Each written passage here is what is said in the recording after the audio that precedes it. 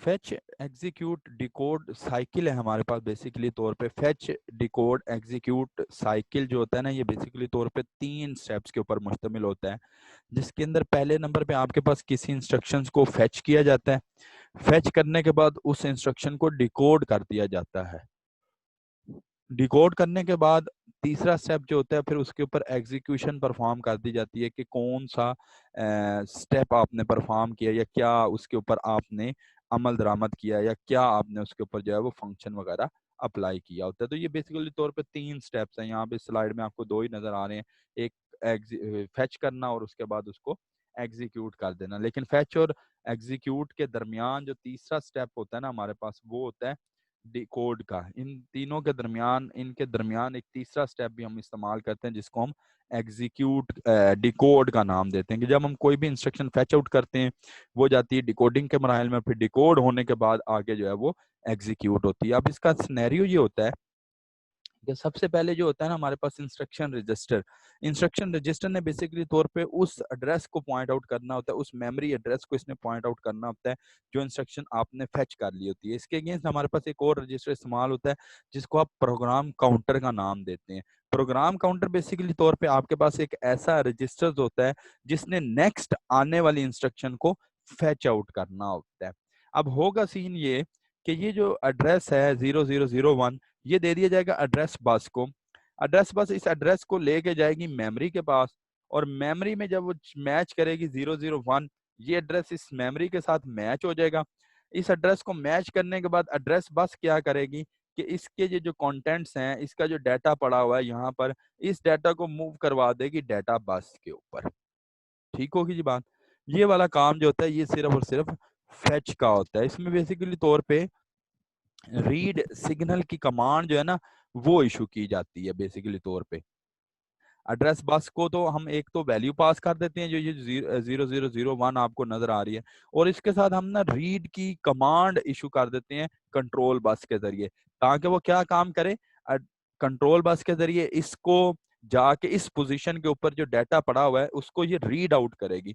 Data read out करने के बाद जो इस मेमोरी को इंस्ट्रक्शन को फेच कर लेगी, उसके बाद वो ये डाटा जो है वो एड्रेस बस के ऊपर प्लेस कर देगी।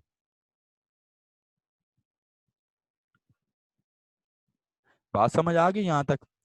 इसके बाद ना दूसरा स्टेप होता है हमारे पास डिकोड करने का। अब डिकोड करने के मराहिल में क्या होता है बेसिकली तौर पे, प्रोसेसर ने ना ये एड्रेस ले लिया 0FFF जो है यहाँ पर कोई भी, फॉर एग्जांपल आप यूं यहाँ पे यूं समझे कि आपने ना कोई इंस्ट्रक्शन जो है वो मूव कर रहे हैं किसी एक रजिस्टर के अंदर, आप ये है मूव जीरो करने चले, मूव 0AX। मतलब ये है कि आपने एकामुलेटर रजिस्टर जो होता है आपका, एकामुलेटर रजिस्टर के अंदर आप 0 वैल्यू जो है उसको मूव आउट करना चाहते हैं। आप यूं समझ लें इसको। ठीक होगी ये बात। आपके पास एकामुलेटर रजिस्टर है, आप उसको जो है वो मूव करना चाहते हैं। तो अब जो सेकंड स्टेप होगा ना इसके अंदर प्रोसेसर क्या करेगा, प्रोसेसर जो है ना वो डाटा बस जो है, ये डाटा बस जो आपके पास आएगी, नेक्स्ट एड्रेस बस के बाद जो आपके पास आएगी वो डाटा बस आएगी। ये देखें, ये इंस्ट्रक्शन पॉइंटर एड्रेस के पास आ गया, ये इंस्ट्रक्शन का फेच करने का स्टेप था। अब ये 001 जो है ये मेमोरी एक्सेस रजिस्टर जो आ गया आपके पास, यहाँ पर इसने डाटा बस के जरिए ये जो आपके पास डाटा लेके आया, ये देखें ये सारे स्टेप्स परफॉर्म हो रहे हैं आपके पास। ये इंस्ट्रक्शंस को फेच करने का तरीका। अब ये देखें, ये जो कंटेंट्स होंगे ये हमारे पास डाटा बस के अंदर आ गए। ये बात क्लियर हो गई ना? ये फर्स्ट स्टेप के अंदर ये देखें ये सारा प्रोसेस है। ये इंस्ट्रक्शन पॉइंटर जो है आपके पास एड्रेस बस के पास आ गया, ये एड्रेस बस को पास कर दिए गए।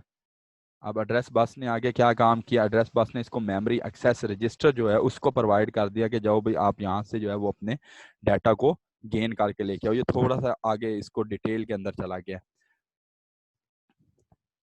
ठीक होगी जी बात यहाँ तक? उसके बाद ये इसने आपका देखिए ये एड्रेस को रीड आउट किया। एड्रेस को रीड आउट करने के बाद ये चला गया आपके पास उस मेमोरी लोकेशन के ऊपर। ये उस मेमोरी लोकेशन के ऊपर चला गया। उस मेमोरी लोकेशन को इसने रीड आउट किया रीड की कमांड के जरिए, जो कि आपने कंट्रोल बस के जरिए दी थी। अब ये यहाँ पर फिर डाटा बस आ गया। अब ये जो इसके कंटेंट्स पड़े होंगे आपने इसको शिफ्ट कर दिया है डाटा बस के ऊपर।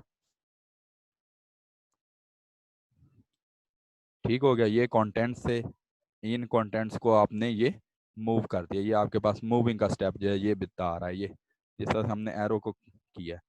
अब ये देखें वो सारे का सारा जो डाटा पड़ा हुआ था वो सारे का सारा अब आपके पास इंस्ट्रक्शन रजिस्टर के अंदर आ गया। इसको दोबारा जो है इसने इसको इंस्ट्रक्शन रजिस्टर को वो डाटा जो है वो प्रोवाइड कर दिया। ये फैचिंग का प्रोसेस चल रहा होता है आपके पास। ठीक हो गया जी।